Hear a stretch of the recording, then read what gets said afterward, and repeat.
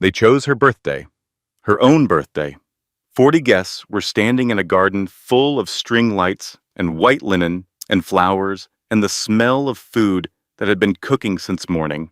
Her 3 daughters were running through the grass in matching yellow dresses. The cake had not been cut yet. The music was still playing, and then her mother-in-law stood up, tapped a glass, and delivered a speech that was not a toast. It was a public execution. She called Lenora unworthy. She called her a burden. She said her son deserved better. And then she pulled a sealed envelope from her handbag, walked it across the garden in front of everyone, and set it down on the birthday table right next to the cake. Divorce papers. At her own birthday party, in front of her children. Her 10-year-old daughter started crying without making a sound. Her husband stood near the fence and said nothing. The other woman, the one nobody had invited, stood by the dessert table and smiled. But here is what none of them knew. Not the husband, not the mother-in-law, not the woman who thought she had already won. The ground they were standing on, the house, the garden, the string lights above their heads, every single inch of it belonged to Lenora, and the $17 billion she had been hiding for 20 years was about to change everything. Lesson and value statement. This is a story about what happens when people mistake a woman's silence for emptiness and her patience for weakness. It is a story about the difference between being quiet and being powerless. And it is a reminder that sometimes the strongest person in the room is the one nobody is paying attention to. If you have ever been underestimated, overlooked, or counted out by people who never bothered to look closely enough, this story was made for you. If any part of this story speaks to you or reminds you of someone you love, leave a comment and tell us which moment hit you the hardest. Like this video so more people can find it. Subscribe to this channel if you have not yet, because we tell stories like this every single week. And share this one with someone who needs to hear it today. Sometimes one story at the right time can change the way a person sees themselves. The fluorescent lights in the hospital hallway buzzed the way they always do at 2 in the morning, like they were tired too, but nobody had given them permission to rest. Lenora Hayes stood against the wall with her back pressed flat against the cold surface, still wearing the clothes she had thrown on when the phone rang. Her hands were shaking, not the delicate kind of shaking that people notice and ask about, the kind that starts somewhere deep in the chest and works its way out through the fingers like a current that cannot be stopped. A doctor walked toward her from the end of the corridor. His shoes made that particular sound on linoleum that every parent learns to dread, the steady, measured pace of someone who is about to change the shape of your evening. He stopped in front of her and said, "Mrs. Hayes, we need to talk about your daughter." Lenora opened her mouth, but nothing came out. She pressed her hand against the brass key pendant at her throat, the one she had worn every single day since she was 19 years old. And she held it the way a person holds the last solid thing in a room that has started spinning. 60 days earlier, this woman had been standing in a garden, watching her mother-in-law hand her divorce papers in front of 40 guests. What happened between that garden and this hospital hallway is a story about what it really costs to be the strongest person in the room. And what happens when even the strongest person finally breaks. But to understand that, you have to go back to the beginning. You have to go back to the garden. The garden was beautiful that evening. String lights crossed from post to post overhead, hung low enough to make everything underneath feel warm and golden and close. Round tables sat dressed in white linen with flowers at every center. A banner above the entrance read, "Happy Birthday, Lenora." And it swayed in the late afternoon breeze like it was proud to be there. Neighbors had dressed up. Children ran through the grass, chasing each other the way children do when the world still feels like it was built for exactly that purpose, Someone had set up a speaker near the back fence, and a slow song floated through the air, mixing with laughter and the clink of glasses and the smell of food that had been cooking since morning. It looked like a celebration. It felt like one too, at least for a little while. Lenora stood near the main table in a soft ivory dress. She was 42 years old, graceful in the way a woman becomes when she has been through things and decided not to let those things take her shape. She had a stillness about her that some people mistook for shyness. She was not shy. She was measured. She had a quiet that came from somewhere deep, the kind of quiet that holds more than it ever lets out. Her 3 daughters were running through the garden in matching yellow dresses. Nia was in front, always in front, leading her sisters through a made-up obstacle course between the tables. Celine followed close behind, watching everything with careful eyes, cataloging the world the way she always did. And Dara, the youngest by 4 minutes, brought up the rear with her arms wide open like she was trying to hug the air itself.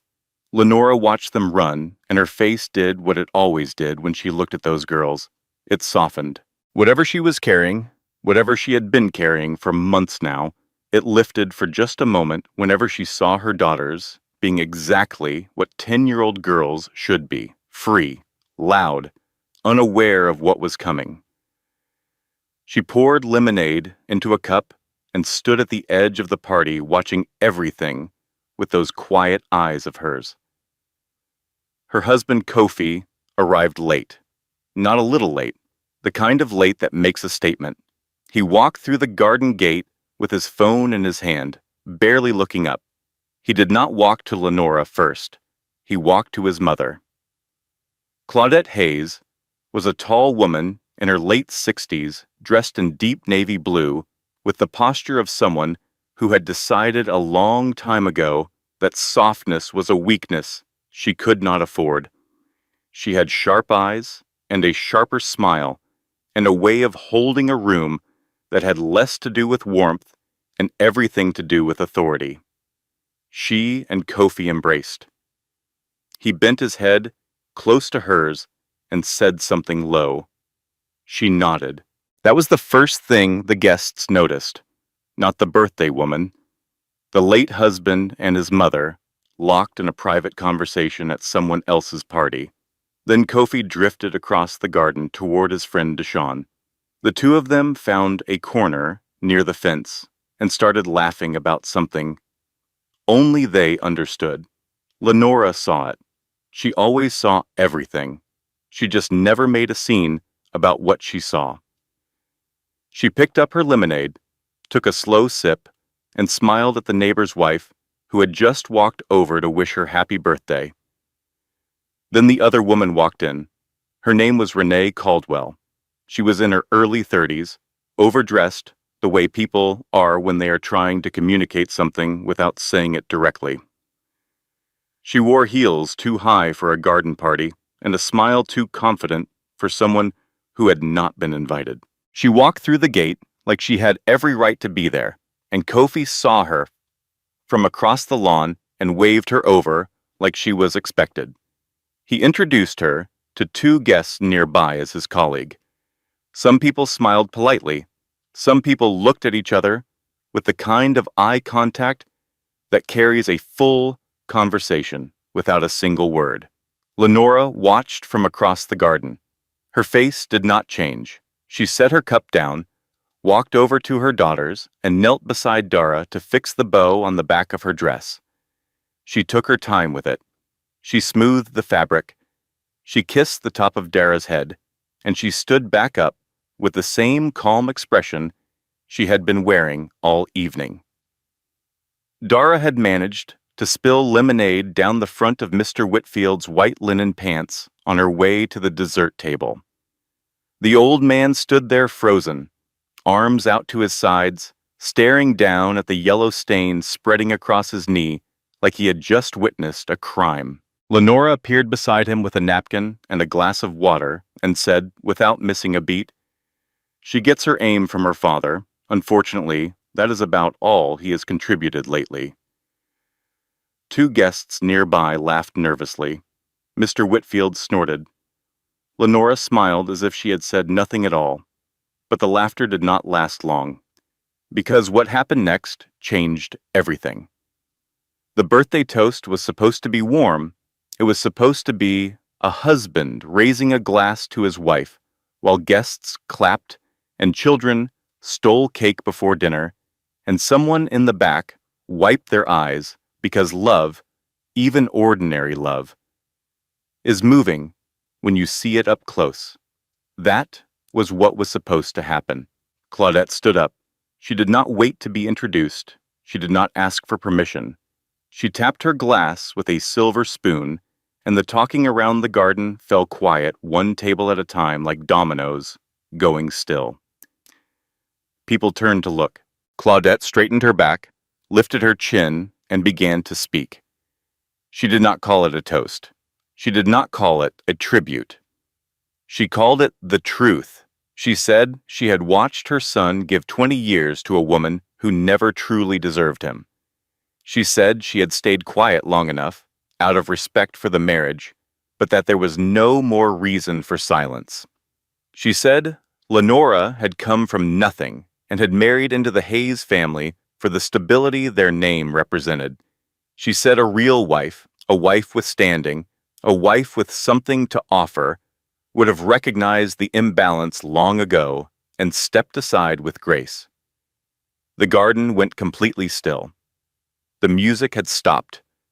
Someone had turned it off, or maybe it just felt that way, because every other sound had disappeared.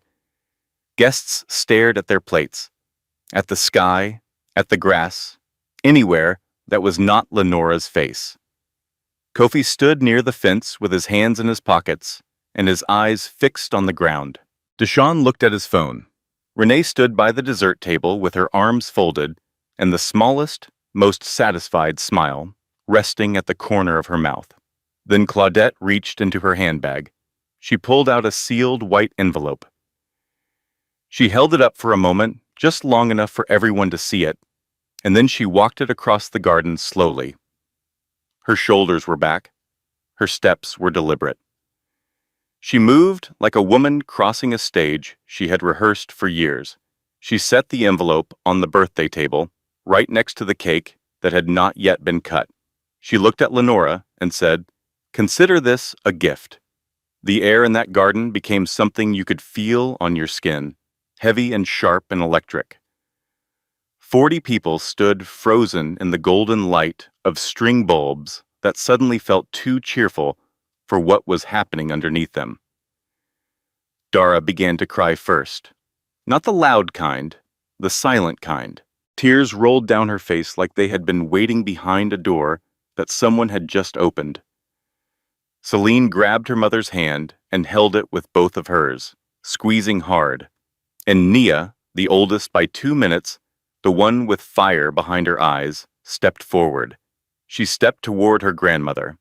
This 10-year-old girl in a yellow dress looked up at the tall woman in navy blue and said, loud enough for the nearest 3 tables to hear, "Why are you being mean to my mama at her birthday?" The garden held its breath. Claudette looked down at her granddaughter with a thin, controlled smile. "Sweetheart," she said, "one day you will understand that the truth is not mean. It is necessary." Nia did not flinch. She did not step back. She said, "My Nana B always said people who are cruel and call it truth are just cowards who got dressed up." Something crossed Claudette's face. Not embarrassment exactly, something closer to recognition. The recognition that this child was not going to bend. That whatever Lenora had put in this girl, it had roots. Kofi's voice came from behind them. "Nia, that is enough." He said it to his daughter, not to his mother, not to the woman who had just humiliated his wife in front of their entire community. He corrected the child.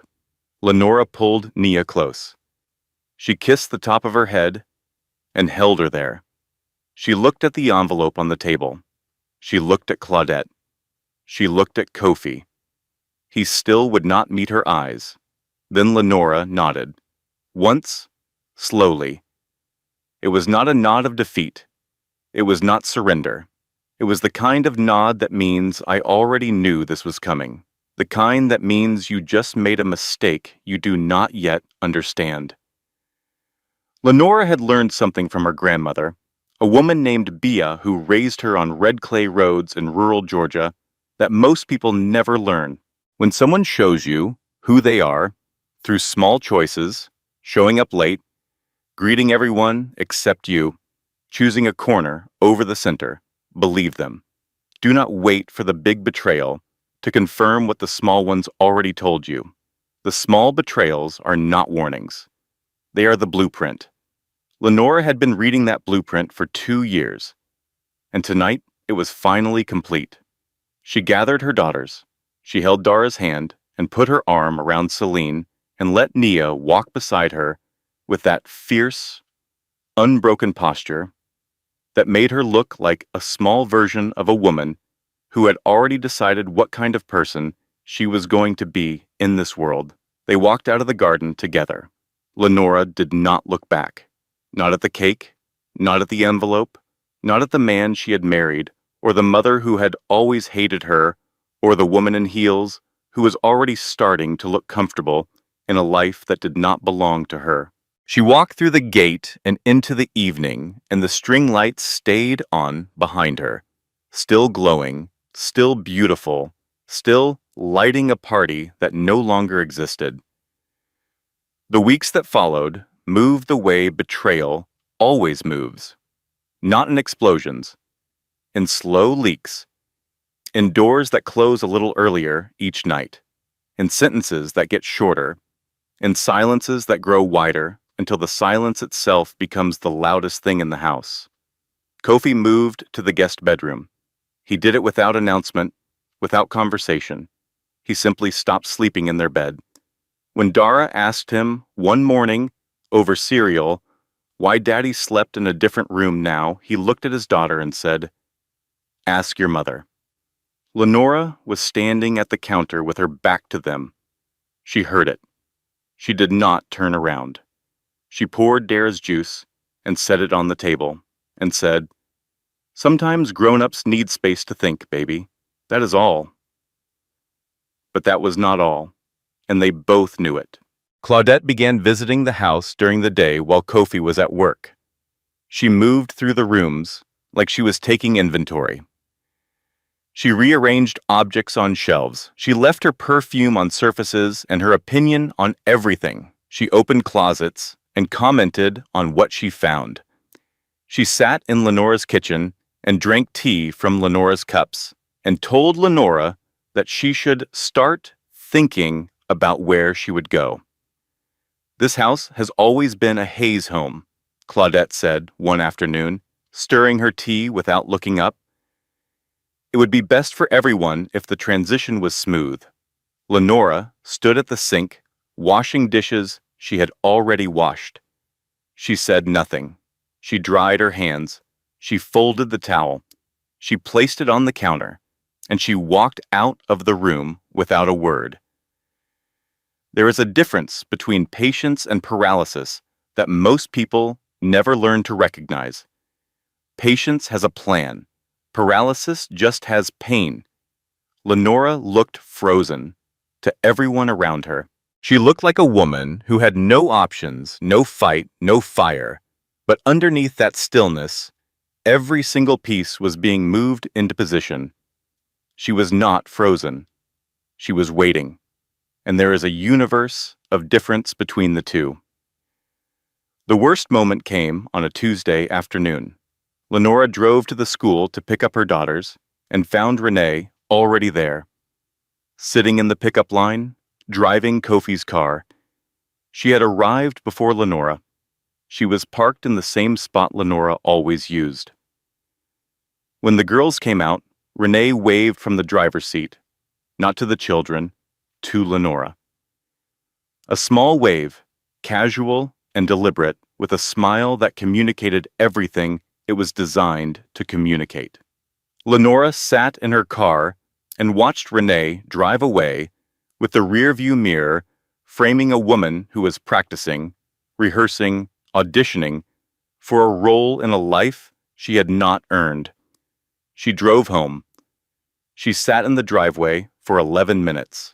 She gripped the steering wheel until her knuckles went pale. And then she got out of the car and went inside and made dinner and helped Celine with her homework and braided Dara's hair and listened to Nia read aloud from a book about marine biology. She did all of it, the way she always did, the way women do when the house is falling down around them.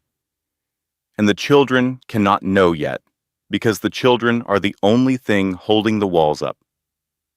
Her neighbor, Mrs. Patterson, was sitting on her front porch the next morning when Lenora came out to check the mail. Mrs. Patterson was 70 years old, with silver hair and a mouth that had never once in its life been accused of restraint. She had watched the whole school pickup scene from her window. She called out across the fence, "Baby, I have buried 2 husbands, and one of them deserved it. You want me to bake that woman a pie? I have a recipe that will keep her on the toilet for a week." Lenora laughed. A real laugh? The first one in weeks. It came out of her like something that had been locked in a room and finally found the door. "Not yet, Mrs. Patterson," she said, "but I will let you know." Mrs. Patterson nodded slowly. "I will keep the recipe warm." The following Sunday, Lenora took the girls to church, the same church she had attended for 15 years, the same wooden pews, the same stained glass, the same choir that still sang the hymn Lenora had requested for her wedding. But when she walked through the doors, she saw them. Front row, Kofi on the left, Claudette in the middle, and Renee on the right, sitting together, dressed together, positioned together, like a portrait someone had composed on purpose. Pastor James stood at the pulpit and delivered his sermon. He spoke about the sin of holding on to what God has already released. He talked about women who cling to marriages out of pride rather than purpose. He said that sometimes the most faithful thing a person can do is let go of what no longer belongs to them. He looked at Lenora's section of the church 3 times during that sermon. 3 times. After the service, 2 women Lenora had known for a decade walked past her in the parking lot without speaking. One of them leaned toward the patin toward the other and whispered, just loud enough for Lenora to hear. Claudette said she was never really part of the family, just a project girl from Georgia who got lucky. Lenora stood in that parking lot holding Dara's hand. Celine was crying quietly. Nia stood with her jaw tight and her hands balled into fists. "Mama," Nia said, "why did they do that?" Lenora looked at her daughter. "Because someone told them a story about me that is not true, and right now they believe it." Dara looked up with wet eyes. "Can you not just tell them the real story?" Lenora knelt down, so she was eye level with all 3 girls. She put one hand on Nia's cheek and one hand on Dara's shoulder and looked at Celine in the middle. "The real story is not something you tell, baby. It is something you show, and Mama is going to show them. I promise." She meant every word, but the hardest part had not started yet. Claudette had not survived 67 years as the matriarch of the Hayes family by being careless. She was strategic the way certain people are strategic. Not with spreadsheets and timelines, but with people. She understood leverage. She understood narrative. And she understood that the fastest way to win a war is to make sure the other side does not realize they are in one until it is too late. She had been meeting with a family attorney named Gerald Price for weeks. Not just about the divorce, about custody. She had been building a case, brick by brick, document by document, that Lenora was unfit. The evidence she assembled was not dramatic. It did not need to be. She documented that Lenora had no visible employment, no verifiable income, no family support system. She noted that Lenora had been increasingly isolated, that she had no close friends who could serve as character witnesses, that her entire social life revolved around a man who no longer wanted her. She framed Lenora's quietness as withdrawal, her patience as passivity, her dignity as emotional detachment. It was elegant, the way cruelty sometimes is when it puts on a suit and speaks in legal language. Kofi signed everything his mother put in front of him. He did not read the documents carefully. He trusted her. He had always trusted her more than he trusted his own eyes, and certainly more than he had ever trusted the woman he married. One clause, buried in the middle of a page he skimmed, stipulated that Lenora must vacate the family home within 60 days of the divorce filing. Another clause listed Claudette as a proposed co-guardian in the custody arrangement. On a Tuesday morning, while the girls were at school and the house was quiet, a process server knocked on Lenora's front door. She opened it in the clothes she had been gardening in, dirt still on her knees, hair pulled back with a clip. He handed her a legal envelope. She signed for it. She closed the door. She stood in the hallway and opened it. Eviction notice. 60 days. She turned to the next page. Emergency custody filing. Claudette Hayes listed as proposed co-guardian. Ground stated, financial instability, emotional withdrawal, lack of verifiable means to support 3 minor children. Lenora read those words twice, then a third time. Her hands began to shake, not the way they had shaken at the birthday party, which was controlled, contained, barely visible. This was different. This shaking started in her chest and moved outward through her arms and into her fingers until the paper rattled against itself. She walked into the bathroom. She locked the door. She sat down on the cold tile floor with her back against the bathtub, and she cried. Not quietly, not the way she always cried, silent and dignified and contained.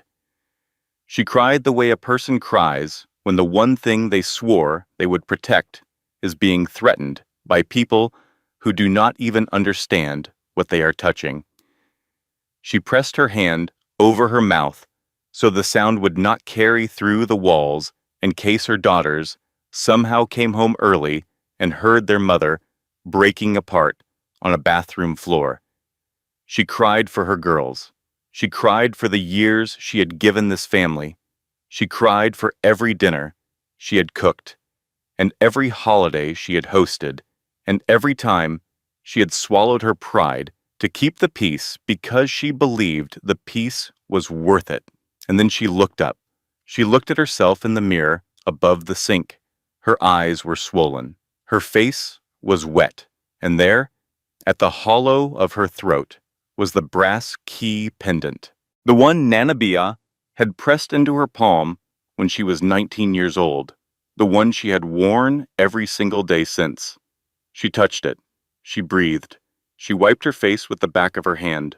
She picked up her phone and called Mr. Ellington. He answered on the second ring. He always answered on the second ring. "They're coming for my girls, Ellington." His voice came through the phone the way it always did, warm, steady, unshakable. The voice of a man who had spent 18 years building a fortress around a woman most people did not know was a fortress herself. "They can come," he said. "They will not get them. But Lenora, it is time to start thinking about the timeline. We cannot wait much longer." She closed her eyes. "Not yet. I need one more thing first." When someone attacks your character, when they come for your reputation, your fitness as a mother, your right to exist in the spaces you built with your own hands, the instinct is to defend, to explain, to stand in the middle of the room and say, "No, that is not who I am." But Lenora had learned something that most people learn too late. She did not defend. She documented. Every lie Claudette told, Every visit Renee made to the school, every document Kofi signed without reading, Lenora's team was recording, filing, time-stamping everything. Her silence was not her weakness. It was her evidence collection period. And that period was almost over. To understand what Lenora was protecting, you have to understand where she came from. She was born in a small town in rural Georgia, where the roads were red clay and the porches were wooden and wide, and the morning air smelled like pine and something baking. Her parents died when she was 7, a car accident on a wet highway in late November, the kind of night that takes things without warning and leaves a silence where a family used to be. She went to live with her grandmother, Nana Bia, a small woman who had never been small in any way that mattered. She worked land that had been in the family for 3 generations. She kept a garden that fed them through hard winters. She went to church on Sundays and believed in God the way people believe in something they have actually seen show up. She raised Lenora to be grounded, rooted, unshakable in the quiet way that old trees are unshakable. Not loud, not aggressive, just deeply, permanently planted. When Lenora was 19 and in her first year of college, Nana B got sick. The kind of sick that does not reverse itself. On her last lucid afternoon, she pressed something into Lenora's palm, a pendant on a thin chain, brass, shaped like an old skeleton key, worn smooth from generations of being handled. Nana B held Lenora's hand, closed around it, and said, "This is not just jewelry, baby. It is a reminder. Everything locked will open when the time is right." What Lenora did not know until after the funeral was that the land Nana B left her, those quiet acres in Georgia that smelled like cedar and lavender, sat on top of mineral rights worth more than anyone in that small town had ever imagined. Over the next 18 years, with Mr. Ellington's guidance, Lenora built Nanabia Holdings from that inheritance. Real estate across 6 states, a private equity division, strategic land acquisitions, patient legal maneuvering that compounded year after year after year. Total valuation as of this year, $17.3 billion. She never told Kofi, not because she was hiding, because Nana Bia had taught her to watch before she trusted, and she had been watching Kofi for a very long time. She did not hide her wealth out of secrecy. She hid it out of wisdom. Because the only way to truly know who someone is to let them believe you have nothing and then watch carefully how they treat you. She had been watching. And now she knew. Mr. Ellington's legal team moved with the quiet efficiency of people who had been preparing for this exact scenario for years. Within 72 hours of the eviction notice, they filed a counter motion that dismantled it on a single, devastating technicality. The house was not in Kofi's name. It was not in the Hayes family name. It was held in a private trust administered by a holding company that traced back through 3 layers of carefully constructed legal architecture to Nanabia Holdings, LLC. The judge reviewed the filing. He reviewed the trust documents, and he threw out the eviction notice with a single sentence that Gerald Price would later describe to Claudette as the worst thing he had heard in a courtroom in 20 years. The petitioner has no standing to request the removal of a resident from a property to which the petitioner holds no title. Claudette sat in her car outside the courthouse and gripped the steering wheel so hard her rings left marks on her palms. She did not understand what had just happened. She thought Lenora had gotten lucky. A good lawyer, a loophole, a technicality. She did not yet understand that she was standing on a foundation she could not see. That evening, Kofi came home and found the locks unchanged. The lights were on. Music was playing softly from the kitchen. Lenora was at the stove, cooking dinner the way she had cooked dinner 1,000 times before. She looked at him when he walked in. She did not look away. She did not look angry. She said, simply, "The girls need their father at the table tonight. Sit down." He sat. They ate. The girls talked about school. Dara described a caterpillar she had found on the playground in such extraordinary detail that Celine finally said, "Dara, it is a caterpillar, not a celebrity." Nia laughed so hard she choked on her water. For 20 minutes, it almost felt normal, almost felt like a family. Dara said, halfway through dinner, "Mama, Nia told a boy at school that her mother could buy his whole family, and he cried." Lenora looked at Nia. Nia shrugged. "He said girls cannot be bosses." Lenora paused for exactly 2 seconds. Then she said, "We do not make people cry, Nia, beat. We make them rethink their assumptions quietly. There is a difference." Celine leaned over to Dara and whispered, just loud enough for the whole table to hear, "That means yes." That night, after the dishes were done and the girls were asleep, Lenora sat in the garden alone. She allowed herself, for the first time in months, to exhale. Maybe she could navigate this without detonating everything. Maybe she could protect the girls, handle the divorce quietly, and keep the empire hidden. Maybe the peaceful path was still possible. She held that hope for exactly 9 days. Deshaun Mitchell had been Kofi's best friend since college. He was the kind of man who stood beside you at your wedding and behind you for everything after. He laughed at your jokes, even when they were not funny. He showed up when you called. He was loyal, the way a shadow is loyal. Always present, always following, never leading. But shadows do not have spines.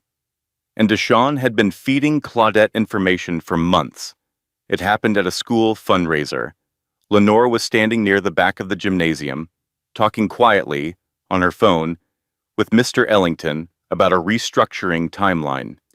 She did not see Deshaun walk up behind her. She did not know he was close enough to hear. He did not catch the details, but he caught 2 words: holdings and trust. He told Claudette that same evening. Claudette did not know the full picture, but she now knew there was a picture. Something behind the curtain. Something Lenora had been hiding. She hired a private investigator the next morning. The investigator was good, but Lenora's legal architecture was better. He could not penetrate the layers of trusts and shell entities and state line protections that Mr. Ellington had spent 18 years constructing. But he found one thread, a property in Savannah, Georgia, registered to a company called Nanabia LLC. One thread was enough. Claudette went to Kofi with the finding. She did not present it as a discovery. She presented it as a betrayal. She said, "Your wife has been hiding assets from you. She has been lying to you for your entire marriage. She has a company. She has property. She has money she never told you about. What kind of woman hides money from her own husband?" She reframed Lenora's secret. Not as strength, not as independence, not as the wisdom of a woman who needed to know who she had married before she revealed what she had built. She reframed it as deception, as manipulation, as proof that Lenora had never truly been part of the family. And Kofi, whose pride had been fed by his mother for months, the way a fire is fed by someone who wants the whole room to burn, believed her. Lenora decided to try one more time, not for Kofi, not even for herself, for the 3 girls sleeping upstairs who still asked every night when things were going to go back to normal. She called Kofi and asked him to meet her alone. No lawyers, no mothers, no Renee, just the 2 of them, at the coffee shop on Decatur Street, where they had gone on their second date 20 years ago. He agreed. He came. They sat across from each other in a booth near the window, with the afternoon light falling across the table between them. Lenora ordered his coffee, the way she always had, black with 1 sugar, and he noticed, and something in his face shifted. She told him a partial truth. She said she had resources he did not know about. She said she had been careful with money for years and had built something she was not ready to discuss in detail. She said she was willing to make the divorce fair, more than fair, generous. She said she did not want a war. I want the girls to have both parents, she said. I want them to look back on this and know that we handled it with dignity. I am asking you, Kofi, not as your wife, as the mother of your children. Let us end this like two people who once loved each other. Kofi looked at her. For a long, quiet moment, he was the man she had married. The warm one. The one who made rooms feel lighter. His eyes got wet. His voice dropped to something barely above a whisper. Lenora, he said, I do not know how we got here. She reached across the table and touched his hand. We do not have to know how we got here. We just have to decide how we leave. He nodded. They agreed. They shook hands across a table where they had once held hands, and the difference between those two gestures contained 20 years of everything that had gone right and then gone wrong. Lenore drove home with the windows down and the evening air on her face. She parked in the driveway and sat there for a moment, breathing. She had extended grace, not because Kofi deserved it, but because she refused to let bitterness decide what kind of woman she was going to be on the other side of this. Bitterness is a choice. Grace is a harder one. And she had made hers. For 5 days, she believed it was over. On the 6th day, Kofi went home and told Claudette about the conversation. He said maybe they should just settle. Maybe this had gone far enough. Claudette erupted. She told him about the private investigator, about Nanabia LLC, about the property in Savannah. She said Lenora had been hiding a company, hiding money, hiding an entire financial life for the duration of their marriage. She is not offering you peace, Kofi. She is offering you pennies so she can keep the fortune. She has been playing you. Your entire marriage was a lie. Then Renee made her move. She had been quiet for weeks, watching, calculating, waiting for exactly this kind of opening. She showed Kofi a public filing she had found, a property acquisition linked to Nanabia LLC worth several $1,000,000. She set her phone on the table with the screen facing him and said, She has been playing you, Kofi, the whole time. And she sat in that coffee shop and held your hand while she did it. Kofi's face changed. The softness from the coffee shop, the wet eyes, the almost human moment of regret, all of it evaporated. What replaced it was not anger, exactly. It was humiliation, the particular kind of humiliation a man feels when he realizes a woman he underestimated has been 3 steps ahead of him for 20 years. He called his attorney that evening. I want everything, the house, primary custody, and I want her investigated for hidden assets, all of them. Lenora got the call from Mr. Ellington at 9:14 that night. She was sitting in his garden, still holding the piece she had believed in 6 days ago. They know about Nanabia, Ellington said. Not the full scope, not even close, but they know it exists, and they are coming with everything. The peaceful path was gone. The quiet exit had been destroyed by the same people who had destroyed everything else, and now they were coming for her children. There is a particular kind of exhaustion that has nothing to do with sleep. It is the exhaustion of carrying something enormous in complete solitude for so long that your arms have forgotten what it feels like to set it down. Lenora had been carrying her secret, her empire, her grief, her composure for months. And on this night, sitting alone in the garden, with the phone still warm in her hand, she felt the weight of all of it at once. She called Mr. Ellington back. When he answered, her voice broke. Not cracked, broke. The way a voice breaks when the person behind it has been holding a door shut for so long that their muscles have finally given out.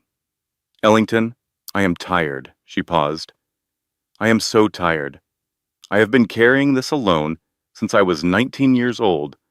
I built everything right. I did everything right. And they are still taking from me. They are still coming for the only things I actually care about.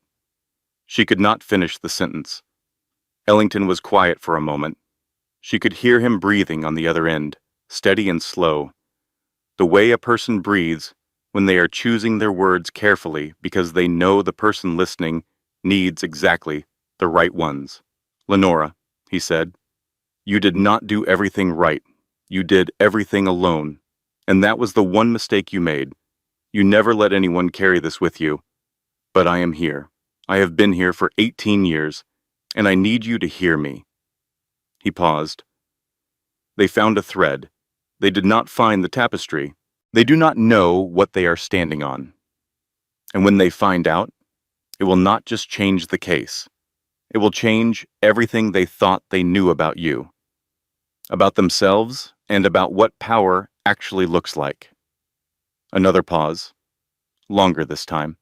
But Lenora, you have to be willing to stop hiding. Not for them, for you, for those girls. They need to see their mother stand in the full truth of who she is, not someday, soon. She was quiet for a long time. The garden was dark around her. The oak tree was a silhouette against the sky. The brass pendant was warm against her skin. Then she said, set up the gala. Before the gala could happen, the world cracked open 3 more times. The custody hearing came first. Claudette's attorney filed an emergency motion arguing that Lenora had committed financial fraud by concealing assets during the marriage, making her, in the language of the filing, deceptive, and therefore unfit for primary custody. Claudette took the stand as a character witness. She was polished, sympathetic, devastating. She cried on cue, a single tear that she wiped away with a tissue she had ready in her hand. And she said, I just want to protect my granddaughters from a woman who has spent her entire marriage lying to this family. The judge ordered a full investigation into Lenora's financial holdings. Lenora's secret was now on a legal clock. If the investigators found the full scope of Nanaba's holdings before the gala, her reveal would happen on someone else's terms, in someone else's framework, stripped of every ounce of power and dignity she had been building toward. The clock was ticking. And then it got worse. The pressure that had been building in the Hayes household for months finally found its way to the person least equipped to carry it. Nia. It happened on a Wednesday at school. A boy in her class, a kid whose parents were friends with Claudette, said something he had heard at his own dinner table. He said, your dad does not even want your mom anymore. He has got a new girlfriend. Nia told him to stop. He did not stop. He said, my mom said your mom is broke, and that is why your dad is leaving. Nia pushed him, hard. He fell backward into a desk, and the corner of it caught his forehead and opened a cut above his eyebrow. There was blood. The teacher screamed. The boy started crying. Nia stood in the middle of the classroom with her hands still out in front of her, and her chest heaving and her eyes wide, not with rage anymore, but with the sudden, terrible understanding that she had done something she could not take back. Lenora was in a meeting with Mr. Ellington. When her phone rang, she saw the school's number, and every other thought in her mind went dark. She drove to the hospital. The injured boy had been taken there as a precaution. His cut needed stitches, Lenora ran through the emergency room entrance still wearing her meeting clothes, her heels clicking against the floor, her breath coming in short, sharp bursts. A doctor walked toward her. "Mrs. Hayes, we need to talk about your daughter." This was the moment from the beginning. The hospital hallway, the fluorescent lights, the shaking hands. For one terrible, airless second, Lenora thought something had happened to Nia. The doctor explained. Nia was fine physically. The other child would be fine, but the school was filing a behavioral report. Nia was suspended for 5 days. Lenora found her daughter in the school counselor's office. Nia was sitting in a plastic chair with her arms crossed and her jaw set, trying to look strong, trying to hold the position she had taken. But when she saw her mother walk through the door, the fortress collapsed. "I am sorry, Mama." Her voice cracked. "He said Daddy does not love you, and I just could not. I could not let him." Lenora crossed the room and pulled her daughter into her arms. She held her there, tight, one hand on the back of Nia's head, the other pressed flat against her back. She said nothing for a full minute. She just held her. Then she said, "You are my daughter. You have my fire. But fire without direction burns the person holding it. You do not have to fight for me, baby. I am fighting for us. And I promise you, it is almost over." She understood something in that hospital hallway that changed everything. Her silence was no longer just protecting her strategy, it was hurting her children. Sometimes the bravest thing a woman can do is not to endure more. It is to decide that the people she loves have carried enough of her war. That is not weakness. That is the highest form of strength. Knowing when the cost of waiting has exceeded the benefit of holding on. The cost had exceeded the benefit. It was time. 2 days after Nia's suspension, Lenora came home from the hospital with her daughter. It was late afternoon. The light was golden through the front windows. She could smell something cooking before she opened the door. She walked inside and stopped. There was a suitcase in the hallway. It was not hers. It was not Kofi's. She heard laughter from the kitchen. She walked toward it the way a person walks toward a sound they already know will hurt them, slowly, with every sense sharpened.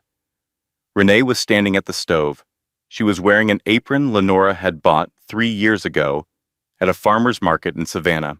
She was cooking. She was cooking in Lenora's kitchen, with Lenora's pots. On Lenora's stove, in Lenora's house. The girls were sitting at the table. Their faces were wrong. Celine was holding Dara's hand under the table. Nia was staring at her plate without touching it.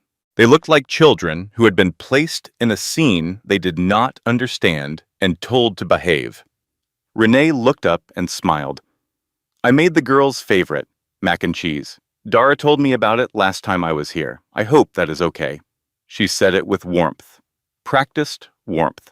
The kind of warmth that takes rehearsal. Lenora stood in the doorway of her own kitchen. She looked at the woman at the stove. She looked at the apron. She looked at her daughter's faces, and she felt something she had never allowed herself to feel in the entire duration of this war. Rage. Pure, clean, focused rage. Not the kind that screams, not the kind that throws things, the kind that goes completely quiet, because the body understands that the force of what it is feeling is too large to release safely in a room with children. She looked at Renee. She held the woman's gaze for 3 full seconds without blinking. Then she said, very quietly, "Enjoy the kitchen. It has a beautiful view. I designed it myself." She turned. She took her 3 daughters by the hand, all 3 of them.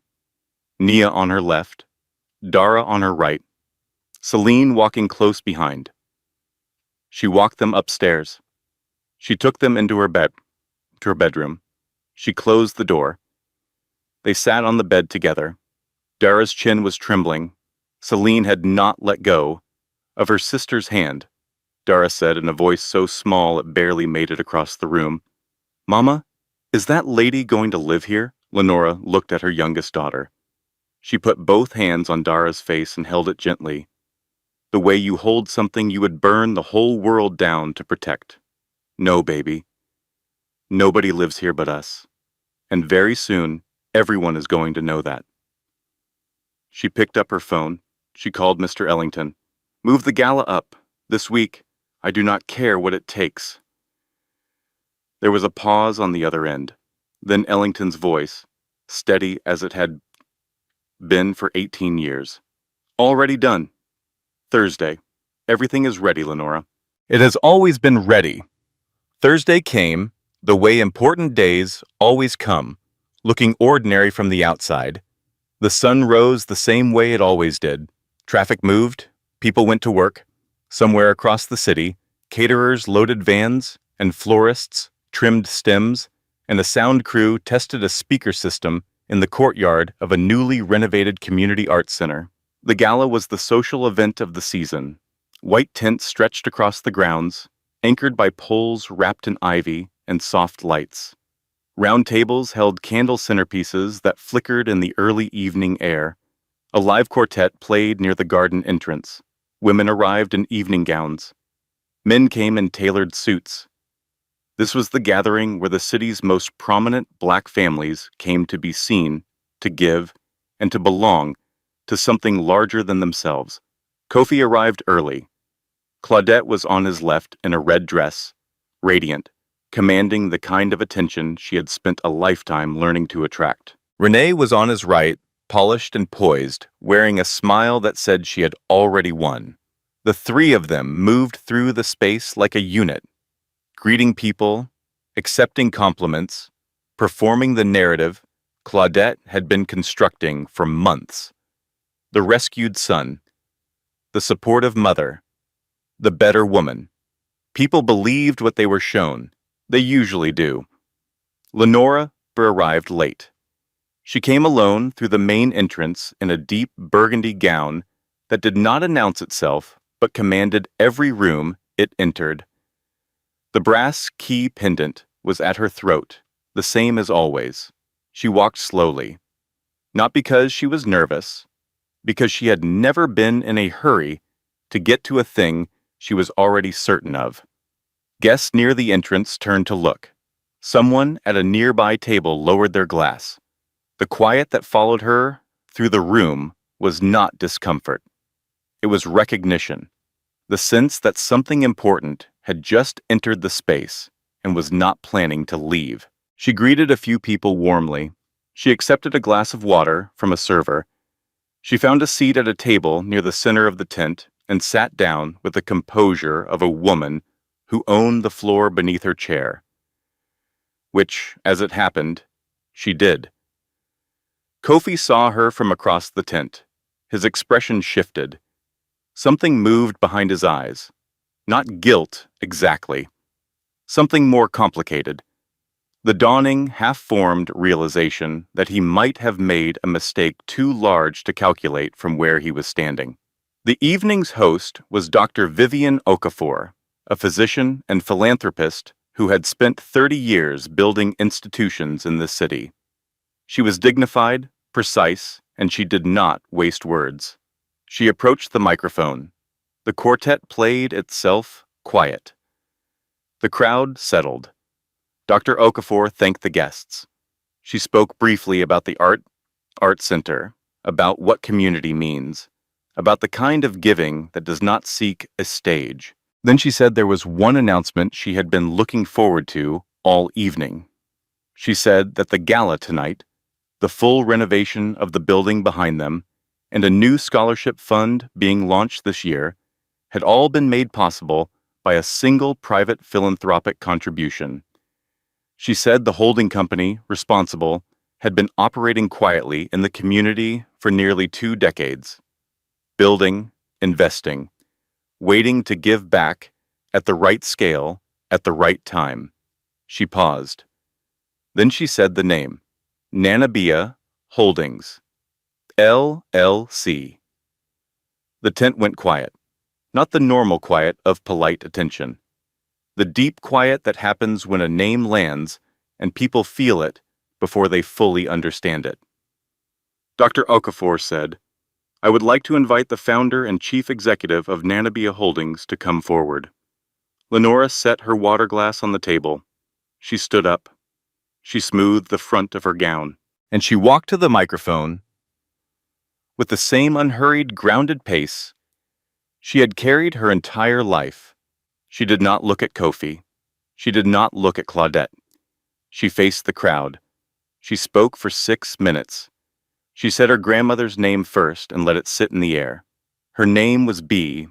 She raised me on a red clay road in Georgia with a garden that fed us through winters and a faith that carried us through everything else. She taught me that dignity is not something you perform. It is something you protect. She taught me that the loudest thing a woman can do is outlast what tried to break her. She paused. She gave me a key. Lenora touched the pendant at her throat. She said everything locked will open when the time is right. She looked toward the table where her daughters were seated, all three in burgundy to match their mother, Nia, Celine, and Dara, watching with wide, still eyes. She smiled at them. They smiled back. The time is right. The screen behind the tent's center pole lit up. Clean, professional, simple. It showed the profile of Nanabia Holdings. Total asset valuation, $17.3 billion. Properties across 6 states. Mineral rights, acquired through a land inheritance and 2 decades of patient legal strategy. A real estate portfolio, a private equity division, a newly established philanthropic foundation. And near the bottom of the screen, listed among the holdings, a single residential property address, the address of the house Kofi and Claudette had assumed would be theirs when the divorce was finalized. The house Renee had moved her suitcase into 2 days ago. The house where she had made mac and cheese in Lenora's kitchen wearing Lenora's apron. The crowd read it. Then they understood. Kofi stood up. His glass fell from his hand and hit the table, but did not break. He walked 3 steps toward the front of the tent and then stopped, frozen in the middle of the aisle, caught between retreat and confrontation. He said it loud enough for the tent to hear. "Lenora, you lied to me. For 20 years you lied to me." Lenora turned to face him. The crowd went completely silent. Even the candles seemed to hold still. She said, "I did not lie to you, Kofi. I watched you. There is a difference." She took 1 step toward him, not aggressive, measured. "I watched you choose your mother over your wife. I watched you bring another woman to my birthday party. I watched you let your mother hand me divorce papers next to my own cake while our daughters cried. I watched you sign away your rights without reading what was on the page because you trusted the person handing it to you more than you ever trusted me." She paused. "I did not lie to you. I just never interrupted you while you were showing me who you are." Kofi opened his mouth. Nothing came out. He stood there in his tailored suit in front of 300 people, and he had nothing to say. Not because he was choosing silence, because for the first time in his life, every word he could think of was inadequate for the size of what he had lost. Claudette stepped forward. Her red dress caught the light. Her hands were shaking. "This is a performance," she said. "This is manipulation. You hid this from our family." Lenora turned to her. Calm, steady, the same calm she had carried in the garden, the same calm she had carried in the church parking lot, the same calm she had carried standing in her own kitchen watching another woman feed her children. "Your family," Lenora said. "Mrs. Hayes, let me be clear." The tent was so quiet you could hear the candle flames. "The house you told me to leave, I own it. The land this arts center sits on, I donated it. The church where your pastor gave a sermon about me. My foundation funded its renovation 3 years ago. She let each sentence land before she began the next one. You spent 20 years treating me like I was beneath you. I spent 20 years building everything around you. The difference between us, Mrs. Hayes, is that I never needed you to know. Claudette stepped backward. Her face changed. Something behind her eyes collapsed. Not dramatically, not with a sound, but the way a structure collapses when the ground beneath it shifts. And it realizes, all at once, that it was never standing on anything solid. Renee had been edging toward the exit since the screen lit up. She was almost to the tent flap when Dr. Okafor spoke into the microphone one more time. Ms. Caldwell, before you leave, you should know that Nanabia Holdings' legal team has filed a civil complaint regarding your unauthorized entry into the Hayes residence and your documented attempts to interfere with an active custodial arrangement. I would recommend you stay. Renee froze. The entire tent turned to look at her. Her mask, the practiced smile, the calculated warmth, the careful performance she had been maintaining for 14 months dropped completely. She looked at Kofi, not with affection, not even with strategy, with the expression of someone who has just realized that the ship she boarded is sinking and every lifeboat is gone. From a table near the back of the tent, a voice carried clearly across the room. Mrs. Patterson, 70 years old, silver hair, zero filter, leaned toward the woman next to her and said, loud enough for 6 tables to hear, I told her I had a pie recipe. She should have let me use it. The laugh that went through the tent was not loud. It was the kind of laugh that people release when the tension has been so high for so long that the body needs somewhere to put it. It was relief and recognition and the particular joy that comes from watching someone earn a moment they deserved. As the room settled, a small figure stood up from the children's table. Nia. She walked toward her mother, not running, walking, with the same unhurried, measured step that Lenora carried. She took her mother's hand. She looked out at the crowd, at her father frozen in the aisle, at her grandmother gripping her clutch, at Renee pinned near the exit. Then she looked up at Lenora and said, loud enough for the front 3 tables to hear, you said the real story is not something you tell. It is something you show. She squeezed her mother's hand. You showed them, Mama. Celine and Dara were already running. They reached their mother and sister and wrapped themselves into the group.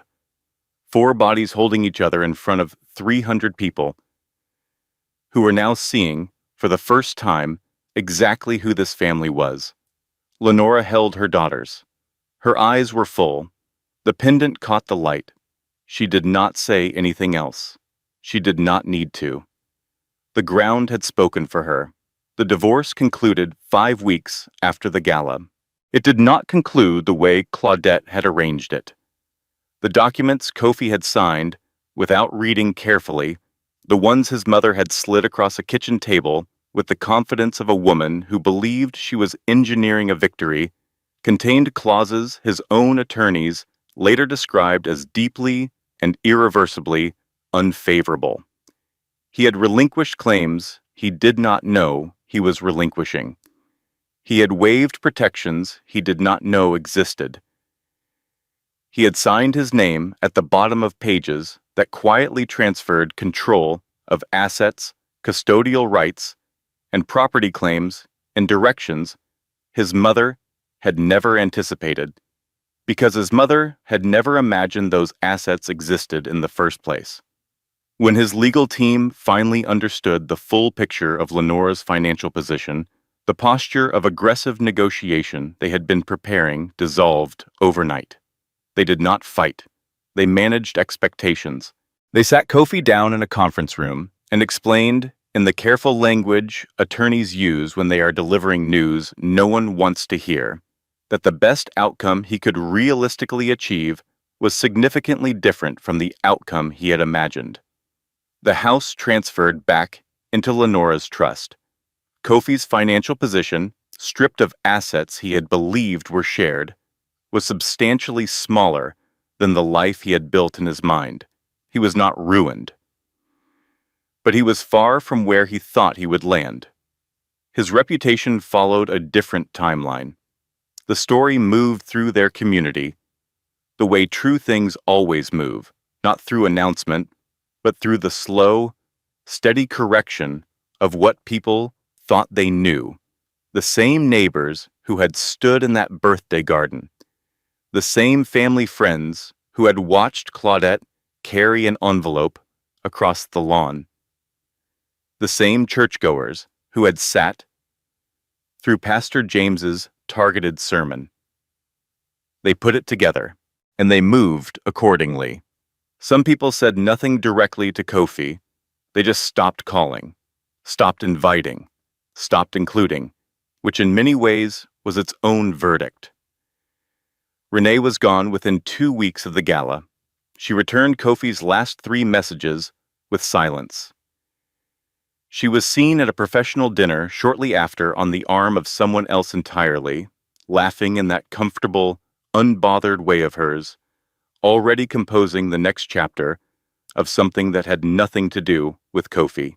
He had believed she cared for him. He had not understood that she had been reading a balance sheet, and when the balance sheet changed, so did she.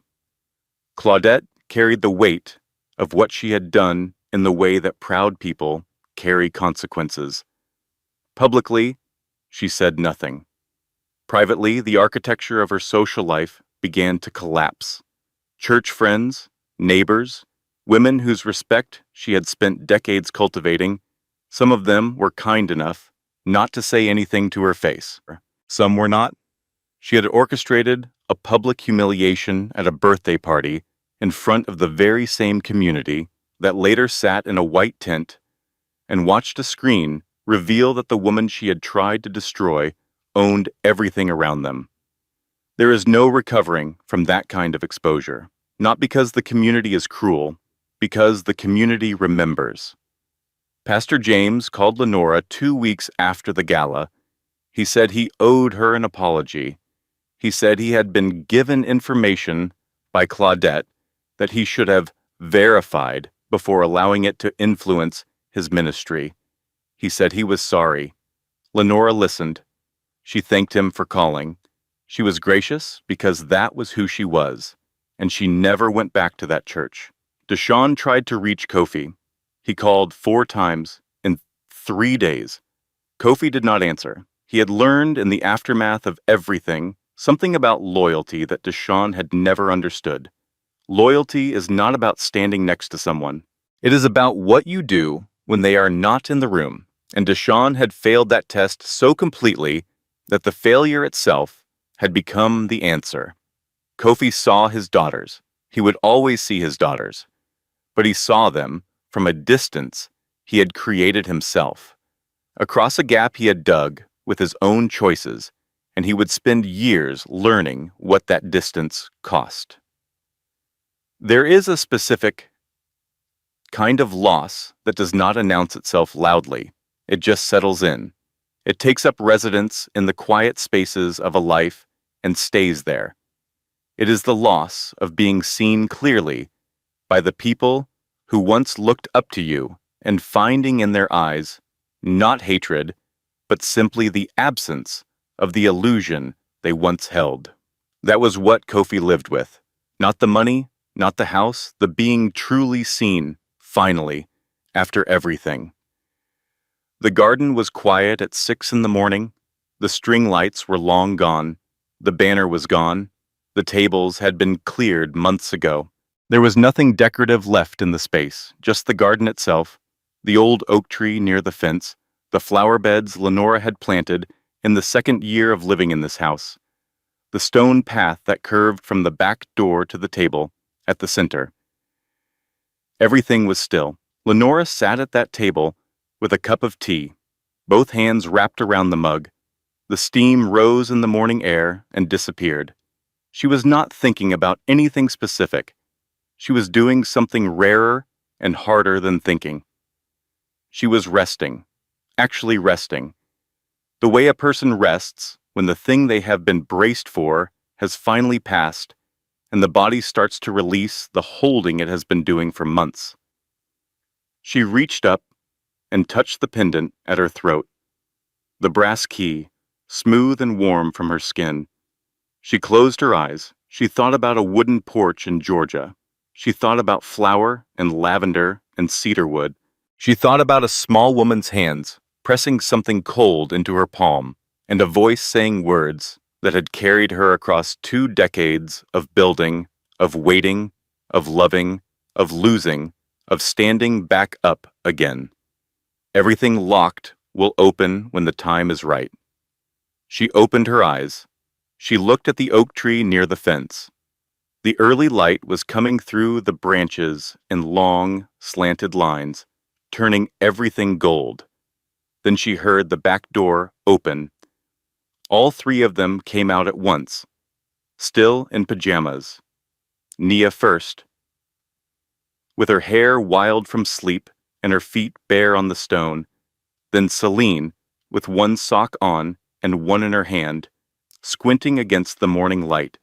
Then Dara, the youngest by 4 minutes, running down the path in bare feet, calling out before she even reached the table. "Mama!" Lenora turned in her chair and opened her arms. They piled into her. All three of them, Nia on the right, Dara in the middle, Celine folding in from the left. The tea nearly spilled.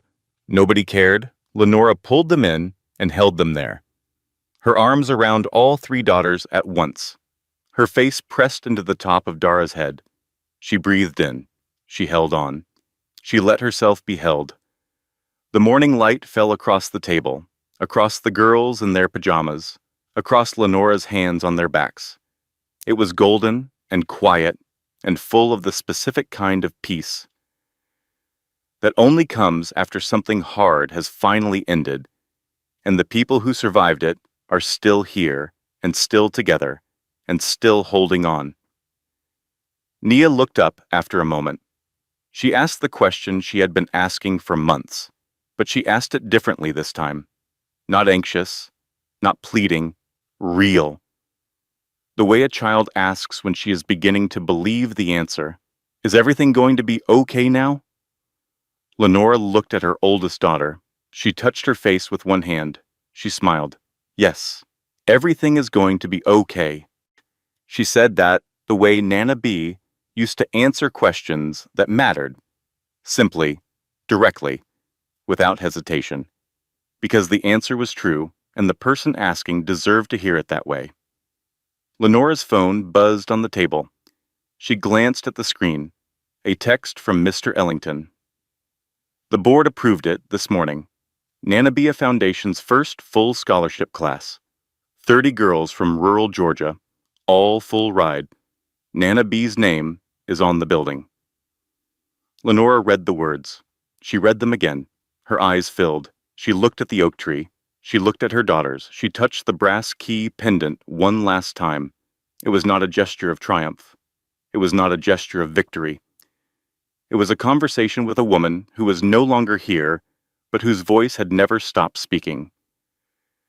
A small woman on a red clay road who had planted something in a 7-year-old girl that grew into roots no storm could pull up.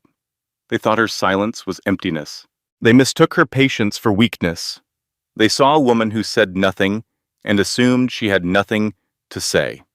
But a woman who builds in secret, who carries her power quietly, who waits for the right moment with the discipline to let every insult and every injury pass through her without changing the shape of who she is, that woman does not need to announce herself. The ground itself speaks for her, and sometimes, when the time is finally right, everything locked opens all at once, right on time.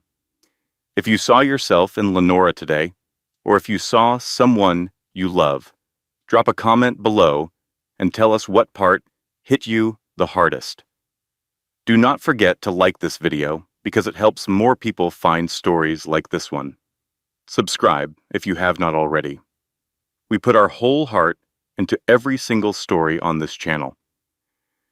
And share this one with someone who needs to hear it today, because sometimes the strongest person in the room is the quietest one in the garden. Closing disclaimer: this story was fully researched, developed, and manually edited by our team to deliver meaningful content with real emotional value and life lessons. Every character, every scene, and every word was carefully crafted by hand. Thank you for watching, and thank you for being part of this community.